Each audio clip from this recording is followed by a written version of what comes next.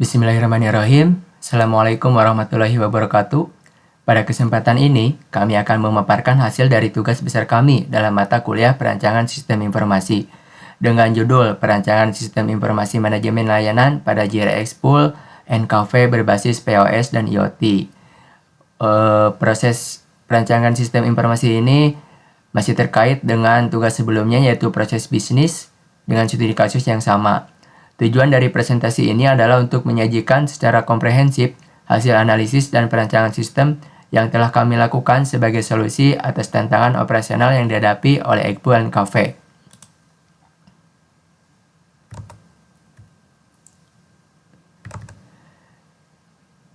Apa itu Ekpool NKV?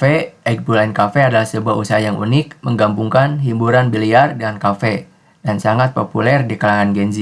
Namun, di balik popularitasnya, terdapat tantangan operasional yang signifikan, seperti proses bisnis inti, reservasi meja, dan pemesanan makanan masih dilakukan secara manual.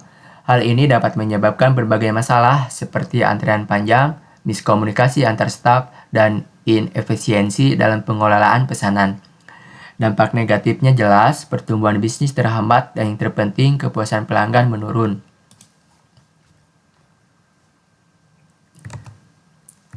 Oleh karena itu, kami merancang sebuah sistem informasi dengan tujuan utama untuk menganalisis kebutuhan sistem secara fungsional dan non-fungsional, merancang arsitektur sistem menggunakan UML, mendesain prototipe antarmuka pengguna yang intuitif, menyusun dokumen spesifikasi kebutuhan perangkat lunak atau SRS sebagai panduan pengembangan. Ruang lingkup perancangan kami terbatas pada analisis, desain, dan spesifikasi kebutuhan untuk sistem manajemen layanan yang mencakup reservasi miliar, pemesanan F&B, serta integrasi dengan sistem point of sale atau POS, dan Internet of Things atau IoT.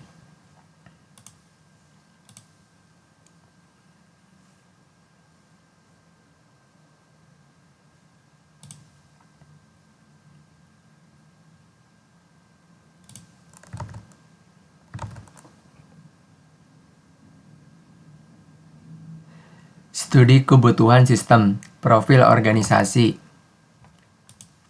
JRX Pool merupakan sebuah organisasi atau klub biliar yang didirikan oleh Heri Dwijaya pada tahun 2017, 5 tahun setelah pendirian klub.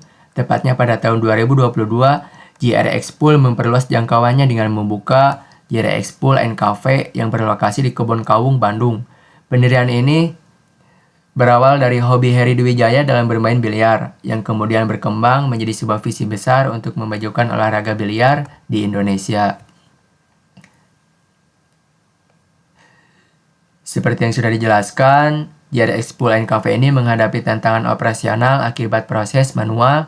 Untuk memahami kebutuhan secara mendalam, kami menggunakan dua metode pengumpulan data utama, yaitu observasi langsung untuk mengamati alur kerja dan mengidentifikasi kendala di lapangan, serta studi literatur untuk mendapatkan landasan teoritis mengenai bisnis proses manajemen, POS, dan IoT.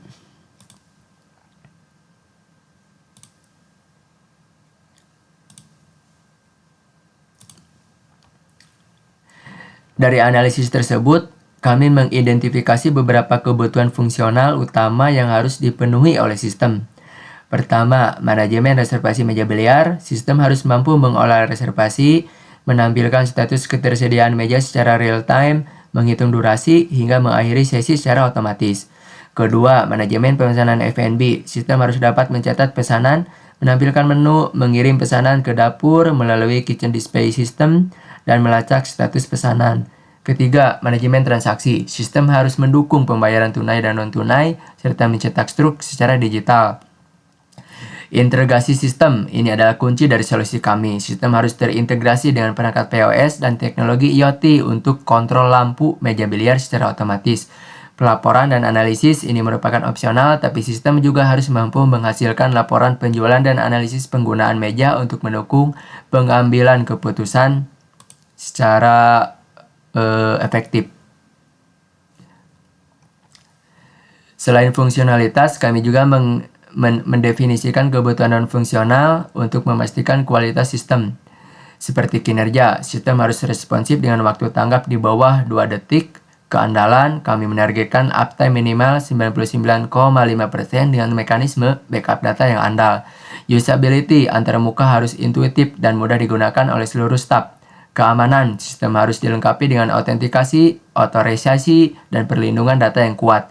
Maintainability dan scalabilitas, desain modular akan memudahkan pemeliharaan dan pengembangan sistem di masa depan seiring pertumbuhan bisnis. Selanjutnya, untuk perancangan sistem akan dijelaskan oleh rekan saya. Waktu dan tempat dipersilakan.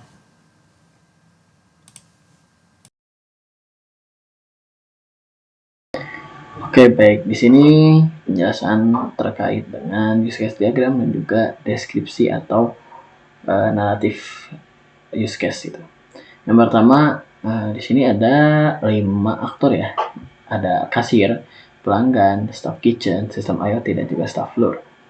Nah, mereka semua ini memiliki tugas yang berbeda-beda atau kegiatan yang berbeda-beda. Pertama, kasir ini bisa login, mencatat pemesanan, lalu menerima pembayaran, mencetak struk, lalu pelanggan bisa memesan layanan, melakukan pembayaran, mengambil pesanan makanan, dan juga sistem IoT bisa mengoperasikan lampu meja biliar.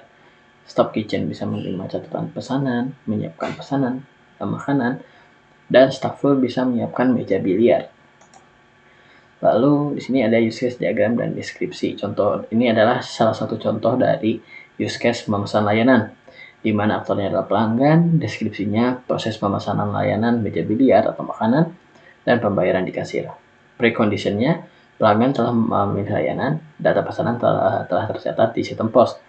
Post conditionnya, pembayaran diverifikasi dan diterima sistem dengan status lunas. Hak akses layanan aktif, poin loyalty terupdate jika berlaku. Alur utamanya yang pertama, inisiasi pesanan, lalu input ke sistem. Alternate flow-nya, komplain harga misalkan. Pelanggan protes ketidaksesuaian harga, lalu sistem menampilkan riwayat harga terakhir update. Lalu ini ada business rules. Yang pertama, pembayaran sebelum makan untuk non-member. Poin loyalty untuk transaksi harus lebih dari 100.000 gitu. Lalu pembatalan harus kurang dari 1 jam deposit hangus. Lalu ini ada exception. Yang pertama, uang palsu. Sistem minta verifikasi dengan UV scanner. Sistem post down, gunakan backup manual kertas. Nah, di sini kita akan menggambarkan alur kerja proses bisnis menggunakan activity diagram. Ini sebagai gambaran singkat saja ya. Nah, pelanggan bisa, ini adalah use case dari pelanggan, activity dari use case pelanggan dan kasir, dimana pelanggan bisa memesan, lalu F&B, ini ada decision dimana nanti pelanggan bisa memilih ingin F&B, biliar, atau both, atau keduanya gitu. Jika F&B maka makanan dan minuman, jika biliar memilih meja, jika keduanya memilih keduanya. Lalu di sini ada ini fork, ini merge. Lalu di sini ada input pesanan, ini adalah tugas dari kasir. Lalu meminta pelanggan membayar, memilih metode pembayaran, ada cash or no. Jika cash maka lakukan dengan pembayaran cash, jika no menggunakan pembayaran lain, contohnya ada e-bank, ada e-wallet, atau yang lain-lain lah gitu. Lalu menggunakan uang pelanggan, menerima uang pelanggan, nanti kasir menerima uang pelanggan, lalu kasir memberikan struk, lalu pelanggan mendapatkan struk. Di sini saya akan melanjutkan penjelasan dari activity diagram dari staff kitchen dan staff floor. Yang pertama, saya akan menjelaskan activity diagram dari staff kitchen. Untuk langkah awal di sini menggunakan initial node, kemudian langkah selanjutnya yaitu si staff kitchen akan menerima notifikasi pesanan dari kasir. Dan setelah itu, si staff kitchen akan memverifikasi pesanan yang tersedia.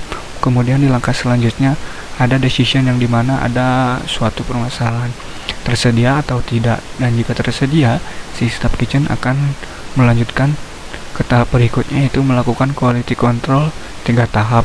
Dan setelah selesai melakukan quality control 3 tahap, si staff kitchen akan menyiapkan pesanan, dan setelah menyiapkan pesanan, si sistem akan memberikan notifikasi pesanan siap, dan kemudian setelah itu selesai. Dan jika pesanan tersebut tidak tersedia, maka si sistem akan mensubstitusi pesanan. Kemudian setelah mensubstitusi pesanan, sistem akan memberikan notifikasi kepada staff kitchen untuk menyiapkan pesanan, dan setelah menyiapkan pesanan, sistem akan memberikan notifikasi pesanan siap dan kemudian selesai. Itu untuk activity diagram bagian staff kitchen. Yang di sini untuk bagian stapler. Seperti biasa, langkah awal di sini menggunakan initial node. Kemudian langkah selanjutnya yaitu si stapler membersihkan meja dan menyusun peralatan biliar.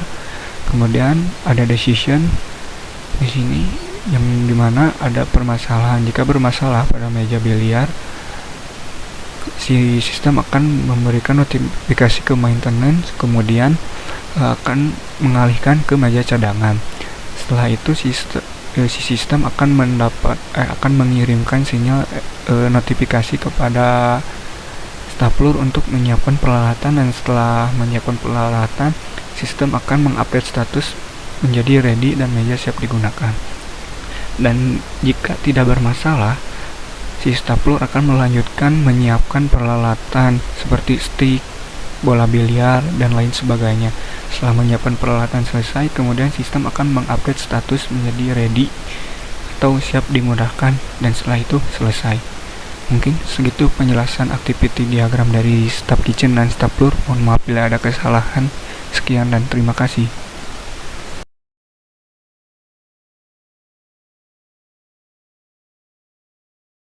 Oke, sekarang saya akan bahas tentang kelas diagram. Di dalam kelas diagram ini memiliki beberapa kelas itu ya. Ada 1, 2, 3, 4, 5, 6, 7. Ada 7 kelas. Masing-masing kelas memiliki atribut dan juga fungsi atau behavior.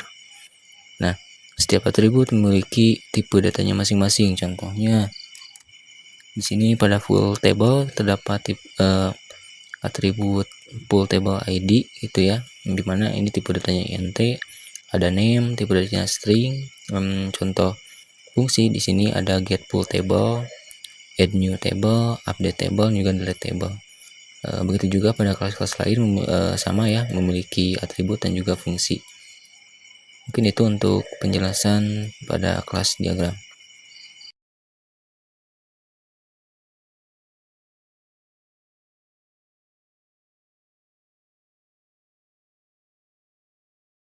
Oke teman-teman semua, di sini saya akan mulai menjelaskan tentang sequence diagram dari GRX Full Cafe. Oke, di sini mulai dari login, di sini ada di mana user mengakses POS. Untuk login, di sini berarti user levelnya adalah kasir, dia masuk ke POS, lalu interface akan meminta informasi login ke server. Server mengecek ke database apakah informasi loginnya valid. Jika loginnya valid, maka arahkan ke halaman dashboard. Ketika loginnya salah atau tidak valid atau false, itu arahkan kembali ke halaman login. Begitu di halaman login, maka si user ini akan memasukkan username dan passwordnya. Ketika memasukkan username dan password, maka interface akan mengirim username dan password kepada database. Kemudian database verifikasinya, kemudian mengirim pesan verifikasi sukses jika valid dan verifikasi gagal jika tidak valid, dan jika gagal maka kembali ke halaman login, dan jika berhasil maka arahkan ke dashboard. Yang di awal tuh minta informasi login berarti misalnya user yang sudah login sebelumnya, karena kita pakai JavaScript Web Token atau JWT, JSON Web Token, sehingga tokennya akan disimpan. Jadi ketika ada token yang tersimpan dalam kurun waktu tertentu, maka user tidak perlu login lagi, dan informasi loginnya akan disimpan dalam server. Begitu, jadi sehingga tidak perlu login setiap kali masuk. Tapi jika misalnya usernya sudah login dalam waktu yang lama tidak login, maka harus kembali login. Kemudian ada untuk di sistem utamanya, di mana sistem yang mengelola lampu dengan IoT.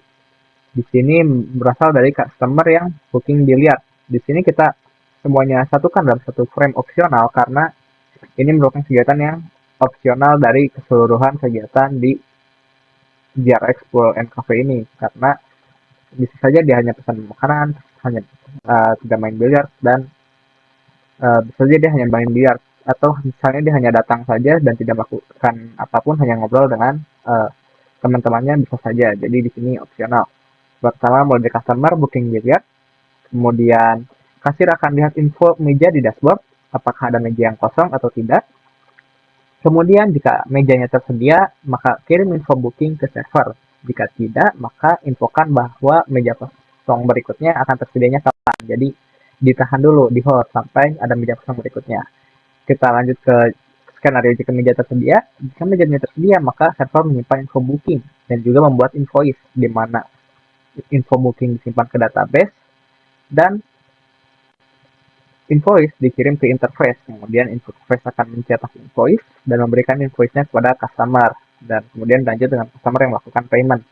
Dan dari server sendiri, begitu setelah membuat invoice, akan mengecek apakah sudah waktunya main. Jika iya, maka lampu akan dinyalakan oleh IoT, dan jika waktu mainnya sudah habis atau belum waktunya main, maka lampu akan tetap mati.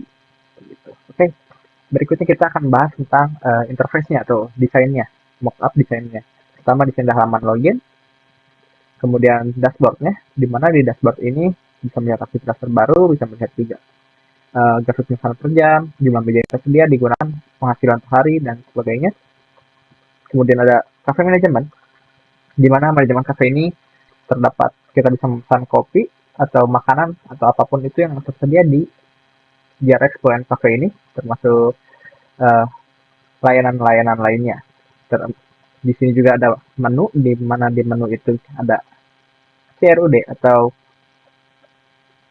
fitur untuk menambahkan, menghapus, atau mengedit barang.